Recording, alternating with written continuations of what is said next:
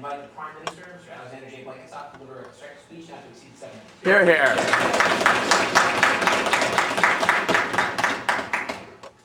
Thank you very much, Mr. Speaker, members of the panel, everybody in this august house. It's truly an honor finally to have broken into genuine friends on side off.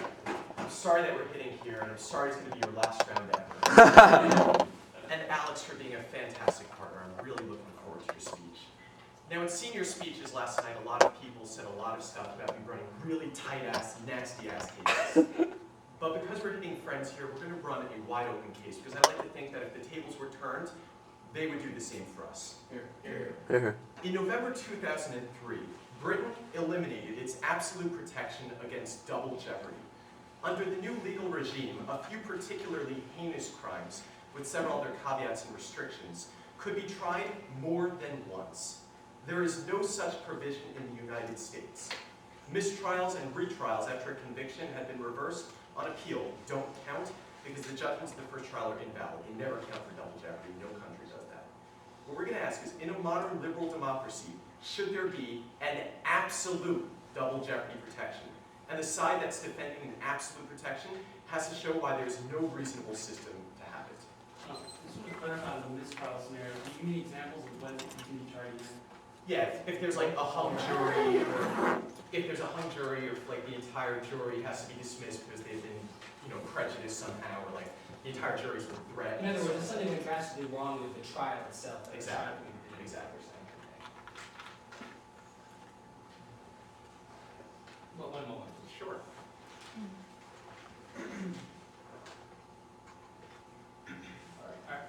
No absolute standard. Okay. We believe that you absolutely should have an absolute double jeopardy protection. And we have 3 reasons why we feel that this is the case. And the first thing that we'd like to talk about is the idea of conclusive verdicts. And there are a couple of ideas under this. The first idea here is that it is very important that the criminal justice system produces definite results. Without an absolute double jeopardy protection, you're never actually declared not guilty. You're declared conditionally not guilty. This could potentially open you up to harassment for the rest of your life. Yeah. Not only do you never know whether the government's going to come knocking on your door, but it also invites the government to rely upon this contingency. The second argument here is that law enforcement officials are now less likely to pursue evidence with full diligence, especially now that they can fall back on this. It might actually be a good tactic to discover evidence later, not to exhaust every contingency to try to discover evidence right now. Because if you find evidence later on, you get to try the person a second time. Not right now. The second broad argument that we have is the idea of difficulties with protecting defendants' rights. The first argument here is that it will be virtually impossible to get impartial juries for the second trial. The only way their side is defensible is if there's a very high standard for a new trial. If the standard is very high, though, the jury is going to be more biased, and everyone deserves a trial by an impartial jury. If a grand jury or some other legal organ has declared that this very high standard is met, the jury in the second trial is basically being told that the prosecution really has some juicy evidence that they're trying to do on the second time around. The second argument here is the idea that witnesses might become unavailable and evidence might decay. Sometimes this favors the prosecution, and sometimes it favors the defense. But the key point here is that the prosecution will only try a second time if, in fact, it is to their advantage. Yes? It seems like all your arguments are sort of having a strong presumption against having to try people again, but not for why we need to have an absolute standard. Maybe there are specific circumstances where it will be beneficial, but at the same time, we defer to not trying someone twice. Well, of course you're going to have to balance those circumstances against the general principle. I'm going to get to in my third independent point why specific circumstances that you might come up with aren't worth compromising the general principle. So the third thing that I want to talk about under this independent point is the idea of socioeconomic and racial problems. Because we believe that the middle class, who have to pay a lot of money for their attorneys and who are not necessarily the ones who can afford those attorneys, are going to be the ones that get hit the worst, or perhaps even the poor people. Because if they have to have a second trial, and they're going to have to retain an attorney for that second trial, that's yet another large amount of money that they're going to have to pay out. And if you're a poor person and you're relying on a public defender and somehow you manage to get acquitted the first time, but yet you're being tried again, the odds are good that the public defender is not going to get you off the second time. But moreover, we believe that when you have this socioeconomic disparity, it's just a reality of life that there's also a racial disparity here. It's just a core fact here that those who happen to be indigent also happen to be minorities. We think that this has clear social problems. We believe it sends the wrong message. And finally, you're going to need especially skillful attorneys for the second trials. So that doesn't mean that you can even hire just the same attorney that you had. You're going to need to hire an attorney who can overcome this new, apparently really good evidence in the second trial. So because the attorney has to be even better, and good attorneys happen to be very expensive, that's a significant problem. The final subpoint under this independent point is that we do let guilty people go all the time. It is the natural result of having any constitutional protections for criminal defendants. We put those protections in place because we prefer to give defendants an added advantage to make sure the innocent are not wrongly convicted. It's tempting in extreme cases, and this is getting back to Jason's POI, it's tempting in extreme cases to subvert these rights. But it must be recognized that to do that is to subvert the right in all cases, to make the right violable, which undoes the right. Once the right is weakened, there is no obvious place to stop, and no good way to ensure that the exceptions are being used, on the whole, for good. Our final independent point is the idea of inevitable unfairness. The first argument here is that now the prosecution sees the tactics that the defense is using. A surprising question of a witness or an unusual interpretation of the evidence is now known to the prosecution, so they can prepare for that in the second trial. The defense loses that advantage that they might have had, and the prosecution might actually gain an advantage. But the second subpoint here, more importantly, is that you can never retry a defendant based only on new evidence, and here's why. Let's say I'm accused of an awful crime, but the evidence against me is somewhat weak. Say the probability of my being convicted is about 30%. They do the trial, and I'm acquitted. Then they find more evidence, which makes it 40% more likely that I will be convicted. And they do the trial again. I'm not just being tried only on the new evidence. I'm also being tried on the old evidence. It is unjust. What if the second jury convicts me, at least in part, because it finds the other original evidence persuasive? This is especially problematic. You get to try the person based on the same evidence. Out of order. You don't allow the people, you don't allow like a second trial in general because you want a second jury to be able to convict someone based on the original evidence. This is why we have the justice system in place as it is. That's why we should have the absolute protection. We're proud to propose.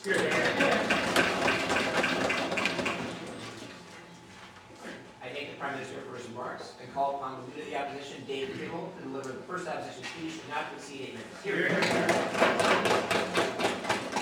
Mr. Speaker, our best panel, thank you so much. It's a real pleasure to be here. Really true friends on side government who are running a very interesting case of being great friends throughout college. And Jason, whether or not this is our last round, it's been a blast debating with you this year. Our friendship is very important. So that being said, I'd like to begin with a little bit of a thematic observation. And that's essentially that Alex comes up here and he tells you very interesting things, or rather he asserts them about why we do certain things in our trials and what we're actually trying to strive for. My question is why? And I think that in this round we're going to uphold an interesting philosophical position about what we think the best justice system should be. We say ultimately you want to have the best trials possible, but that you have to have a weighing mechanism between trying to ensure very fair trials, but also trying to make sure that guilty people are actually convicted and brought behind bars, right? There's always going to be some kind of weighing mechanism for how we can ensure the most justice, that is, what's actually due to these individuals. Now, Jason and I are going to say that it's all right if, in general, we defer to not trying these people a second time. But remember that they have to uphold an absolute standard. Jason and I think that circumstances exist that are so egregious that if evidence comes forward that these individuals very likely have actually committed this crime, justice is not being served. If just because we defer on balance to double jeopardy, we're not going to be looking at these individual cases. But the British state is actually very valid, right? So, that being said, the first thing that I'd like to do is sort of discuss some of these examples and explain to you why in these cases, the philosophical benefit that they give you of not having people sort of go through through their lives being intimidated that they can be tried again wouldn't necessarily apply, because I think that just the pragmatic basis of the person likely being guilty actually overrides it. And keep in mind that if there's a guilty person walking around in society, there are a lot of harms to that as well, right? If it's a rape trial, if it's a murder trial, etc., that's a very dangerous social harm that they have to balance on their side of the house against just saying, oh yeah, gee, we want to have as fair trials as possible. Some of these people are very, very bad and very, very guilty. It's a harm to society. So that being said, let's think about evidentiary standards for a minute. What about if new technology comes forward that sort of discusses new ways to interpret information over like longer periods of time, and all of a sudden it seems very, very likely that this individual actually committed a very, very heinous crime? Do they really think, just because they say philosophically we think that we should be deferring to double jeopardy, that a second trial isn't actually merited in that case? For God's sake, think about the victims of that individual. Think about the reason why we have the justice system in general, that we have to have some kind of a retributive element to kind of uphold the status of the people that were harmed, that we have these dangerous people in society, etc.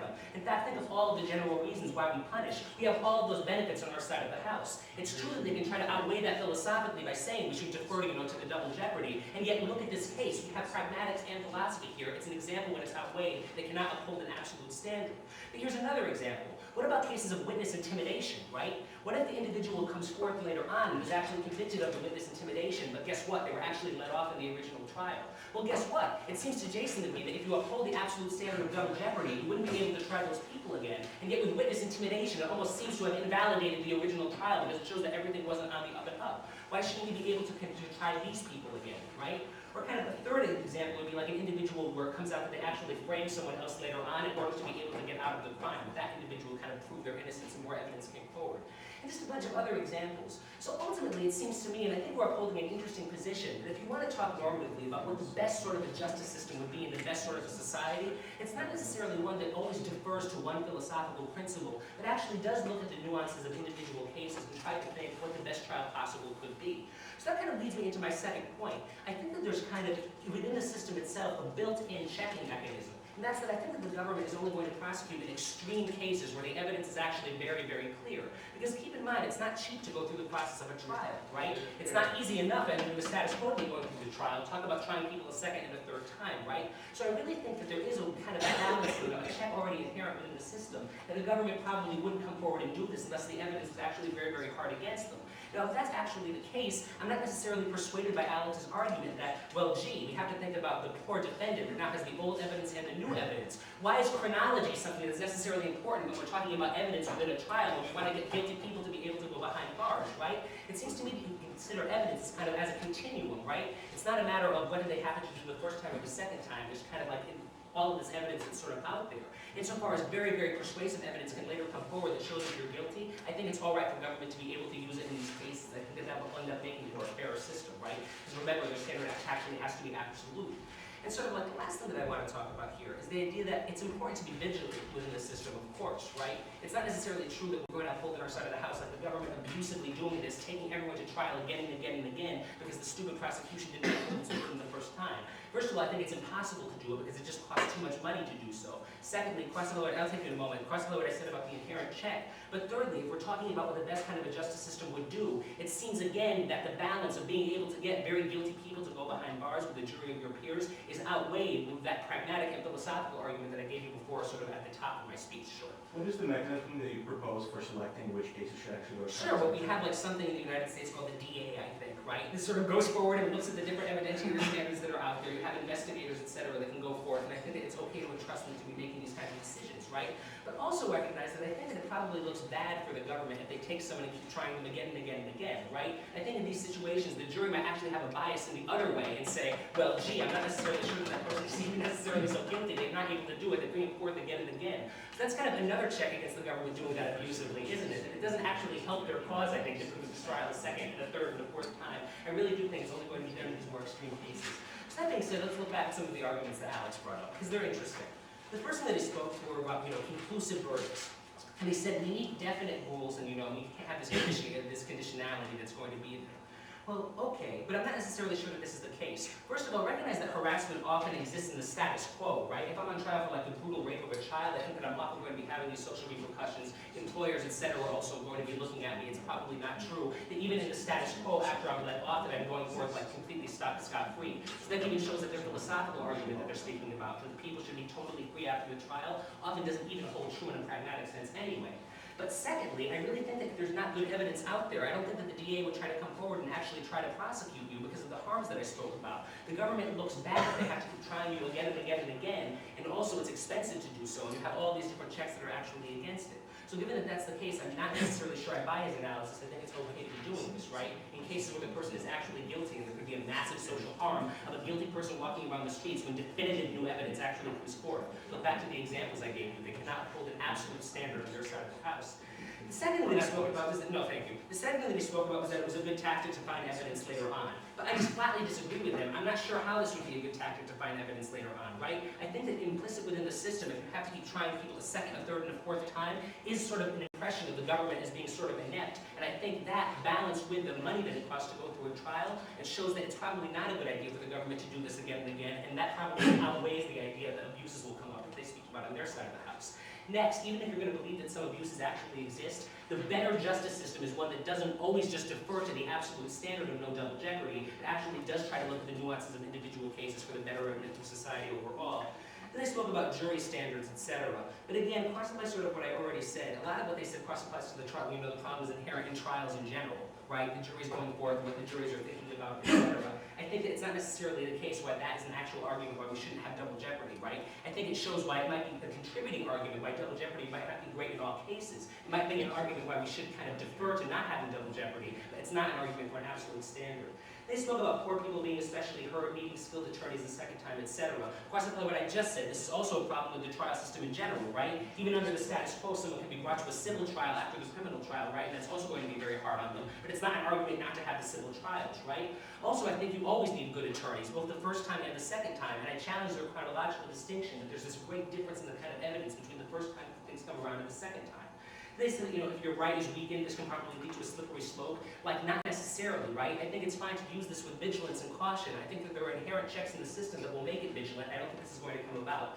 The final thing that they spoke about is the defense lacking advantages and not being tried on new but on old evidence. Cross apply everything that I said. The defense can also hold on to the old evidence that's around there. It's not a black and white standard. We can use things as tipping points, and that would suggest that the absolute standard that they uphold is not necessarily true. They might be able to convince you that we should defer to not having double jeopardy, but I think that we should. It's not true in every case. For these reasons, thank you. It's the first time project.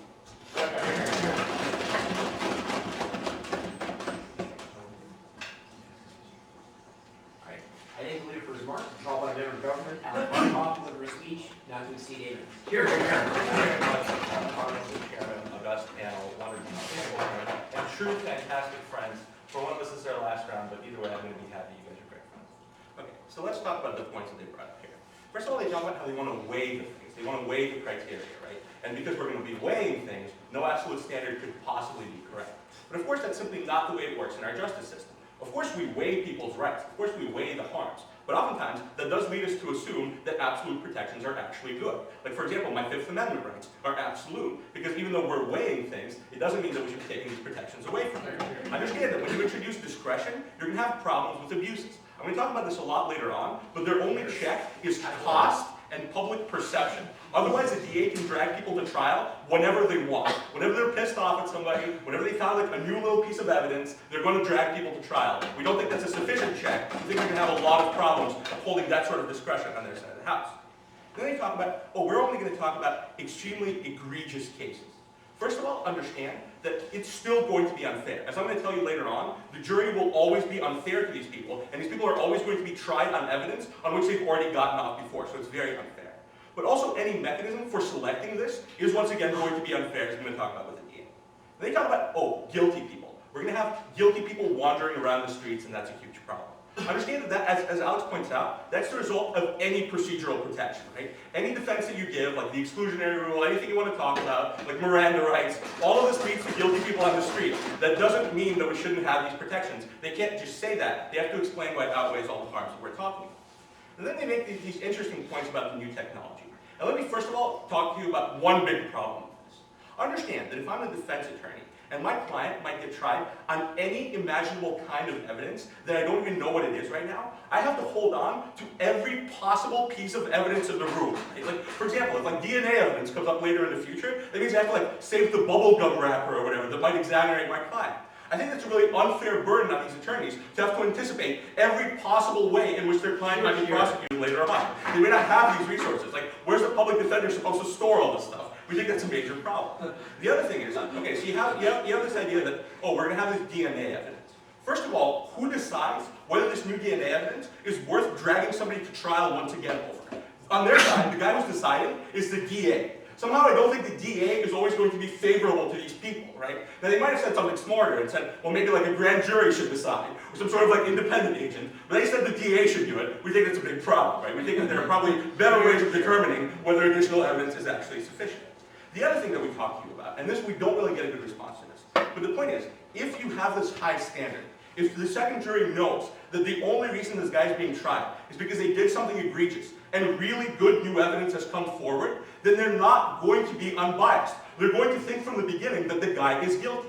And we're going to make a stand here. We don't think it's ever okay to try anybody with a jury that is not impartial. We don't think that is ever fair. We don't think that is ever acceptable. They need to show you on their side of the house how they're going to give you any semblance of an impartial jury, otherwise they can't possibly win this round. The other thing that we said that they totally didn't understand is the idea of being tried again on old evidence. Let me illustrate this with an example. Suppose that right now the only thing you have against me is this witness testifying, and you try me for the first time, and the jury doesn't believe him. Then you find some DNA evidence, and you try me a second time.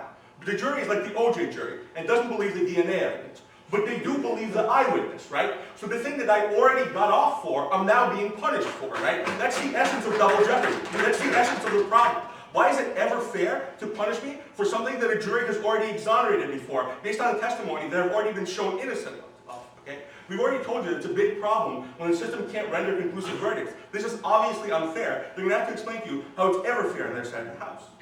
Next thing they talk about is witness intimidation. We might remember David, in clarification, saying, well, if anything goes drastically wrong with the trial, it's a mistrial and you can do it again. Witness intimidation counts as something going drastically wrong with the trial. Then they talk about, well, what if you frame someone and they got tried instead of you? Well, it's okay. Then you can try you because you haven't been tried yet, okay? So they're going to have to come up with some better examples on their side of the house. The next thing they talk about is their checks. And their checks are almost comically insufficient, right? Because that's really the sort of the burden that they have on their side of the house, is to come up with some system of checks that will make this plausible. That will make you believe that the abusers won't actually happen. Okay? What are their actual points? It costs a lot to try people for a second time, therefore the government will not do it. Look, these DAs are basically making choices of who they're going to try. So if they hate some particular person, if they hate a political opponent, if they hate like a visible black leader, if they have like a Muslim who is suspected of being a terrorist, cost is not going to be an objective, right? They're going to drag these people into court again and again and again, and we think it's extremely problematic, right? Again, here he talks about old evidence versus new evidence. We simply didn't understand that point. Okay. Then they talk about how the DA will look bad if this happens. First of all, we think this is a really bad procedural protection. I don't want the government to be able to take away my rights, where the only harm to them is that they might look bad while doing it, right? That's really not going to protect my rights very well. But the other thing is, what if the pressure is actually the other way, right? The example I just cited of the Muslim terrorist, for something like that. Suppose everybody actually wants the guy prosecuted, even though there's very little new evidence and no reason to believe that they're actually guilty, right? We think that if that's the sort of check that they're giving you on their side of the house, they're really not giving you any check at all, and that's precisely the problem with discretion that I illustrated earlier. Let's go back to case which is very, very much under-addressed. We talk about the importance of conclusive verdicts, right? We say that on their side of the house, they can never, ever say that somebody is not guilty, okay? Once you've been declared not guilty, it's entirely conditional. Because whenever the DA wants to prosecute you again, they can, okay? Is that the sort of society we want to live in? Is that the sort of cost that we want to impose on people who've actually been exonerated in the court of law? Does that strike you as fair? I really think it's extremely unfair and extremely problematic, sure. Does it also strike you as fair that we have examples where concrete evidence come forth that an individual committed a crime and we just cannot try that individual because we say that we always defer to your Look, standards? I'm sure you can come up with some wonderful and very compelling examples of when you would want to take away my Fifth Amendment rights. Like when I'm the only one who knows what I've done, or something like that, right? The point is, they haven't given any like actual responses to our points about like the problems with preserving all the evidence, things like that. They have to respond to our concrete points. They can't just like tug at your heartstrings with these sorts of examples. We talk about how this gives wrong incentives to law enforcement, right? Because what's going to happen is, It's actually, because if you need new evidence in order to try somebody again, you're just going to conveniently not find some of the evidence, take one shot at them, then find the evidence and try them again, obviously increasing your chances of eventual success. We think that's a big problem. I don't think Kimel actually responded to this. We talk about all the difficulties with actually protecting the defendant's rights. We talk about the impartial jurors. And they say, but this is just a contributing argument. No, I think it's a definitive argument. If they can't give you an impartial jury, then we shouldn't be trying these people. People should only be tried when there's some reasonable assurance that the jury is actually impartial. I think it's a pretty fundamental principle. They're going to have to show you why that's not the case. We talk about how witnesses might actually die or something like that, evidence might disintegrate, and whenever this favors the prosecution can go back into court. We get no response to this point, even though I think it's pretty important. The next thing we talk about is how there are socioeconomic and racial problems. How first of all, and then they say, oh, but this is endemic to the system, right? There are all kinds of problems in the system, so it doesn't matter. Look, this exacerbates those problems for a couple of reasons. First, because it allows them to target poor people, it allows them to target black people, and put them in court over and over again. Second of all, because they need extra additionally skilled attorneys, more so than usual, because these second trials are going to be very difficult. We talk about how we let guilty people go all the time, but I've talked about that already. Finally, we talk about the inevitable unfairness. I don't think we get any good response to this. First of all, we talk about how the prosecutor has already seen everything the defense has to offer. So if we actually want to give the defense some sort of advantage, then we don't want to allow the prosecution to know what all of their tricks are, to know what all of their strategies are. But finally, this is the huge point that David totally missed and totally misunderstood. This is something I've said before, but I'll say it one more time. Okay? It's totally unfair that the evidence that I've already been exonerated on, I'm being tried one more time and possibly going to jail for, possibly going to be executed for. If I've already been exonerated of this eyewitness testimony, I should not be tried on it again. That's an inevitable byproduct of double jeopardy. We're very proud of this. I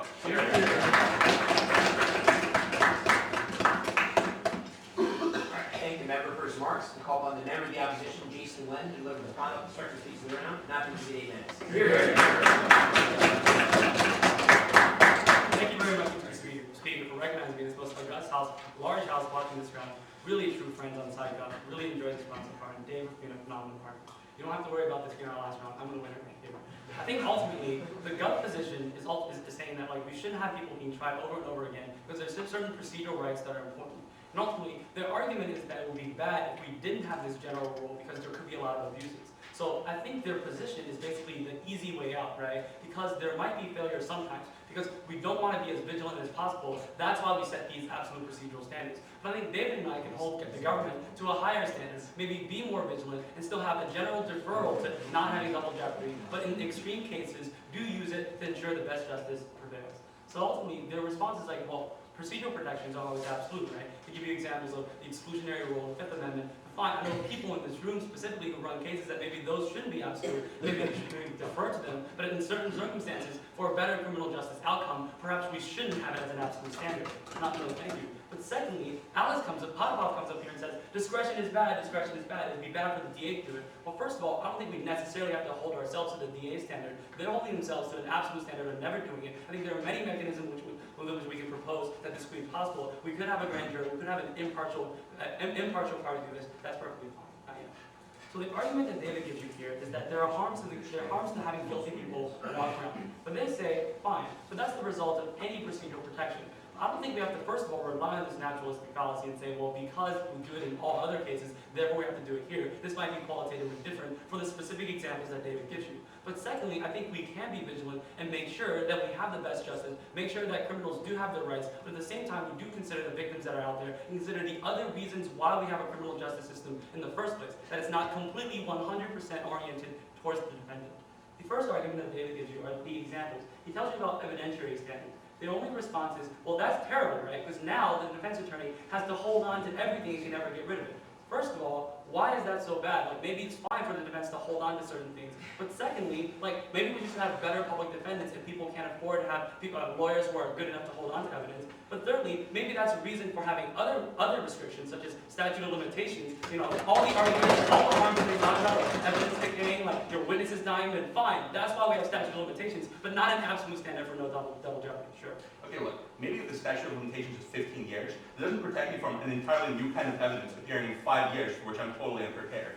Right, but there's no reason why that new evidence should be irrelevant, and that was our point, right? Like, maybe you weren't prepared for it, but you had no expectation to be prepared for every single way in which you can cover up your crime. I don't think that's, that's not an expectation that I think you're deciding to do what you have. You have an expectation to, like, go to trial and sort of have a good trial by jury, and have these other procedural protections. But in fact, if new evidence comes out, David and I are perfectly fine with using it, especially if it's brand new technology that is very able to conclusively prove whether or not someone was guilty. In those scenarios, I think because we don't think criminals have an expectation of every possible technology in the future that might be used against them, it's perfectly fine for, in this scenario, to eliminate that the absolute double jeopardy standard.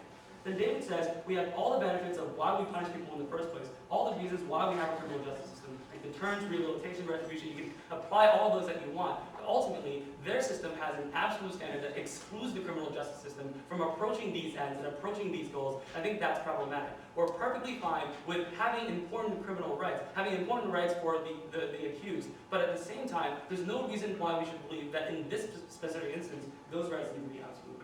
Then you say, well, the DA might not be favorable. Again, we're fine, we're okay with other mechanisms as well.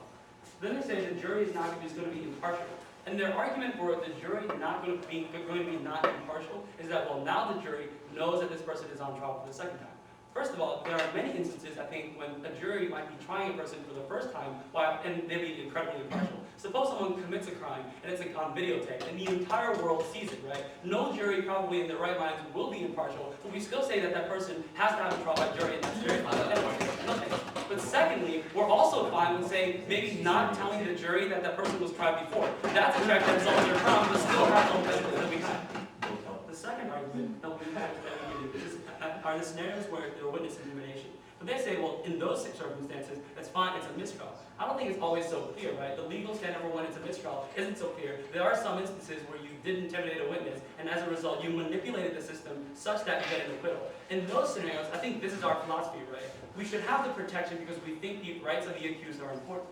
But the people who are accused should not be able to take advantage of those protections in such a way to harm other people and harm society. They do this in two ways. A, perhaps intimidate witnesses, and B, frame someone else. Potapov comes up here and tries to be funny and say, well, if they framed someone else, they were never tried. What? That's simply not the case. Suppose you're on trial. Suppose I'm on trial for killing someone, and I actually did kill someone, right? And in that process, when I'm on trial, I frame David, right? I'm on trial, and then now someone else is, everyone thinks David commits the crime. Therefore, I get off at that point, sort of like, I didn't commit this crime anymore. David committed the crime. I was still on trial, but I manipulated the system, basically hurt him in the process.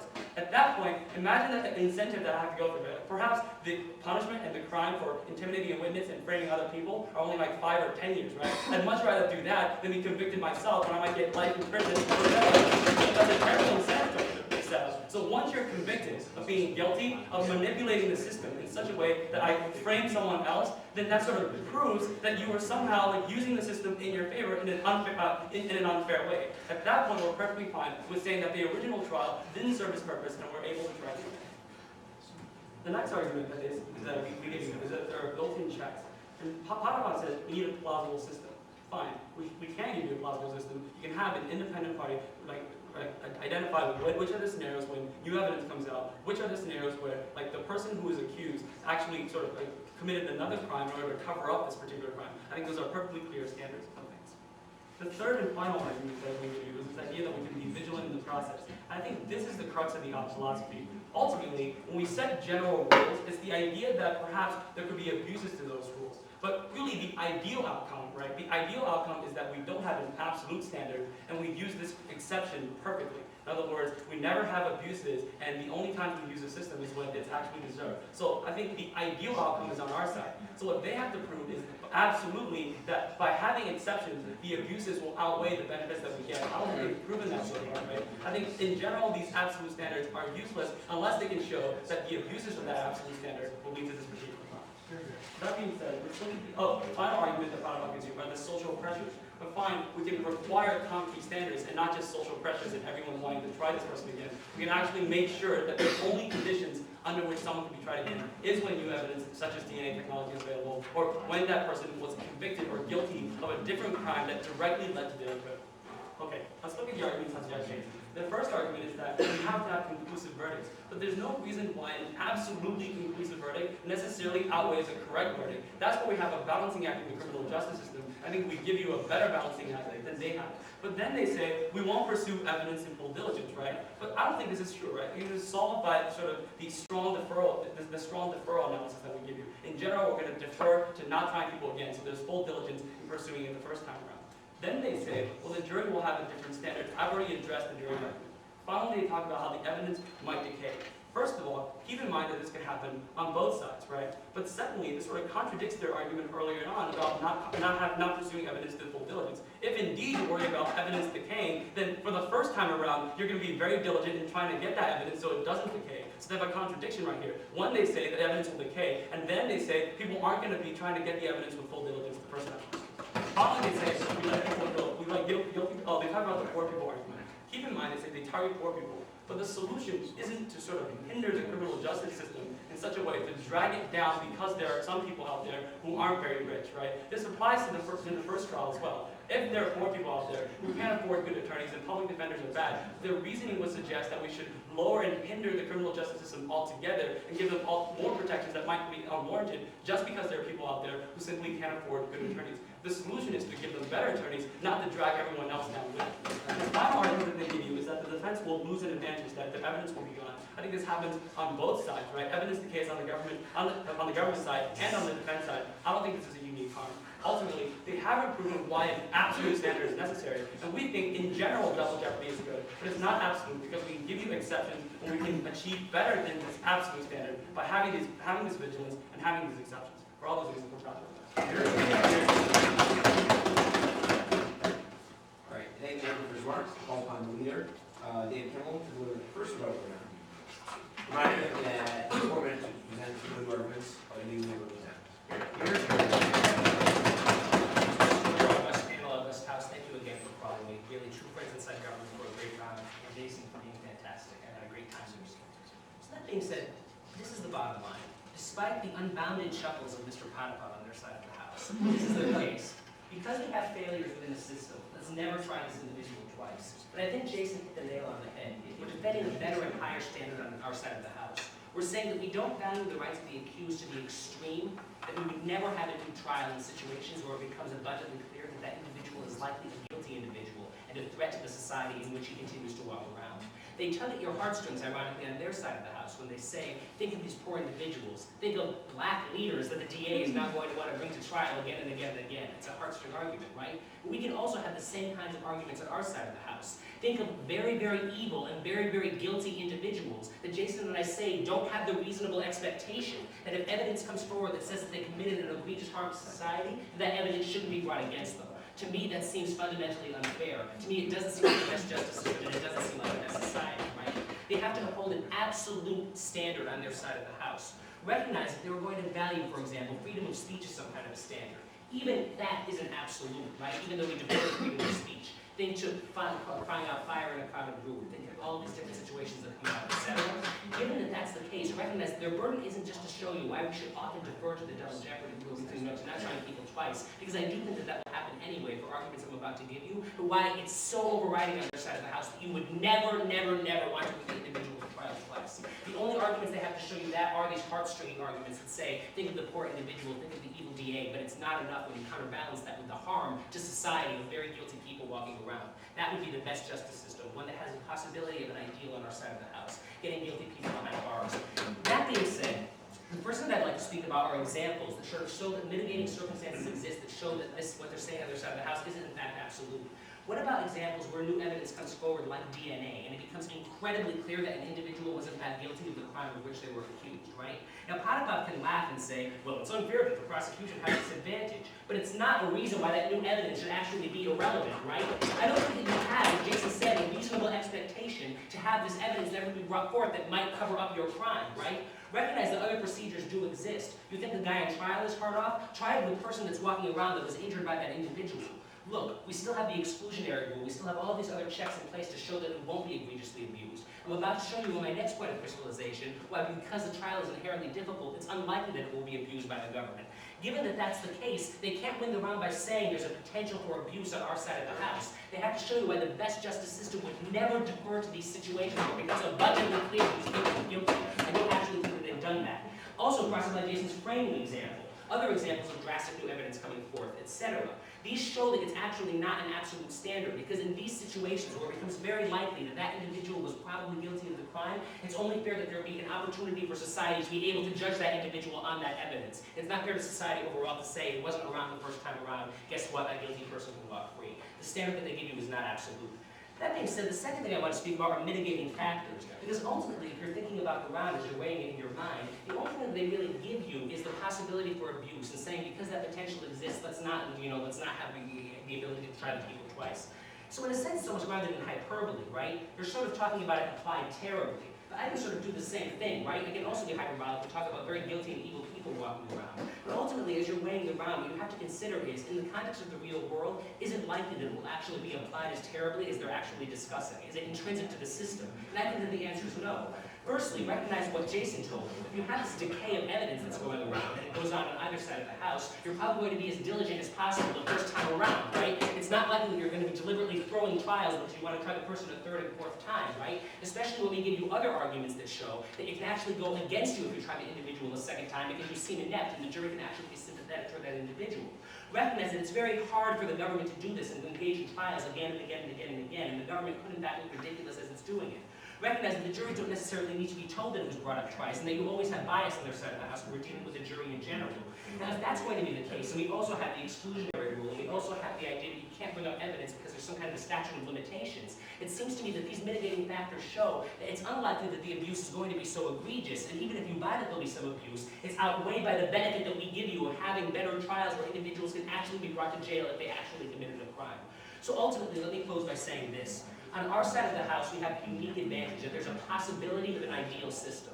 The ideal system where people that committed a crime actually went to jail, right? And society got to go discuss these individuals and look toward the evidence that was actually brought forth. Because there's a potential for abuse, they try to mislead you into thinking we should always defer to a standard. Jason and I agree, it's not good to try people again and again and again in general. However, it doesn't necessarily follow that the things that England does are a bad standard, and that trying to strive for the best trial society wouldn't be best served overall. For these reasons, thank you very much.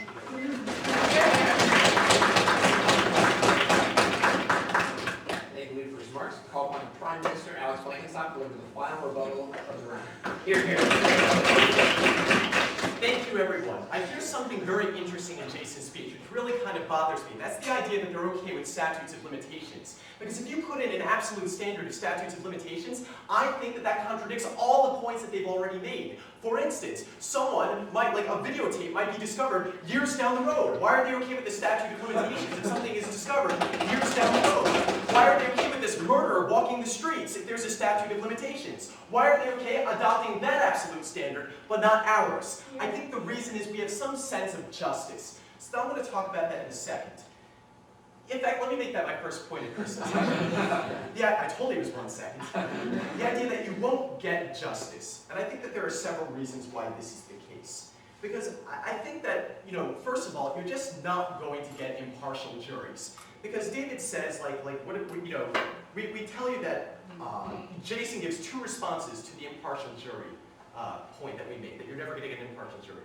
The first is, what if it's on videotape? The jurors are biased.